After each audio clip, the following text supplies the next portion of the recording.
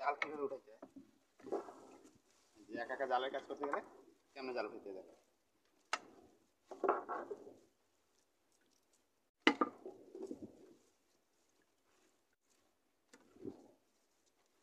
একা একা জালের কাজ করতে খুব সমস্যা হয় না সবার।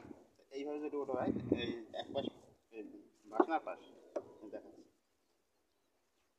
এই যে বাসনার পাশ, এই পাশে জাল বেশি ধরতে হবে, এই পাশে কম রাখতে হবে, কাঠির পাশে।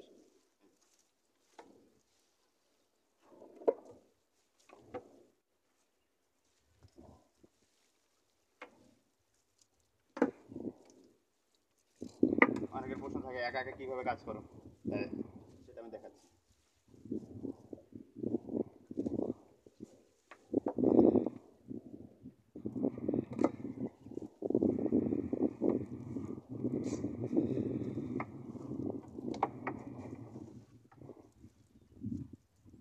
বড় জালে কাজ করতে ভালো, ছোট জালের থেকে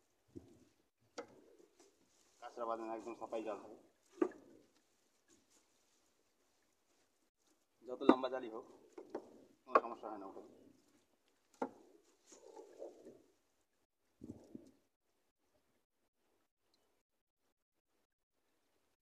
এই যে একটা কাঁকড়া বাচ্চা দেখছো, এটা কাঁকড়া।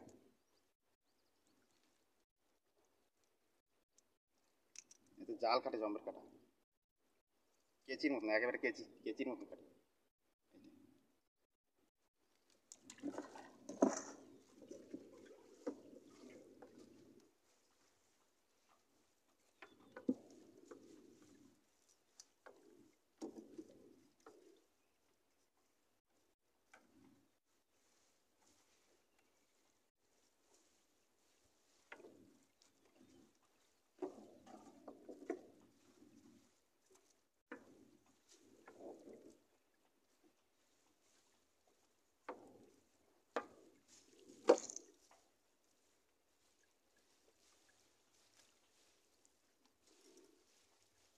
আমার এই জালটা লম্বা আছে 800 হাত,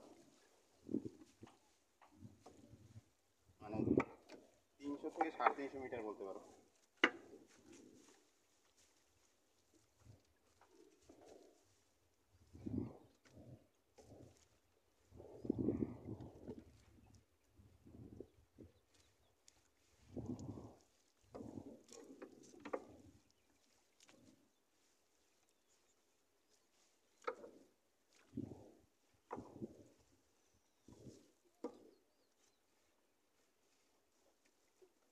আজকে ভাড়া তো 15 কেজির মতন পেলাম, আর অন্য দিন 30 কেজি 40 কেজির মতন পড়ে।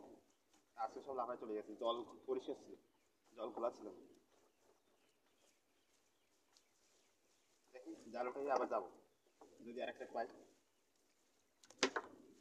মাছ বাবার কাছে পাঠাই দিচ্ছি ঘরে, বাবা বাড়ি নিয়ে গেছে মাছ।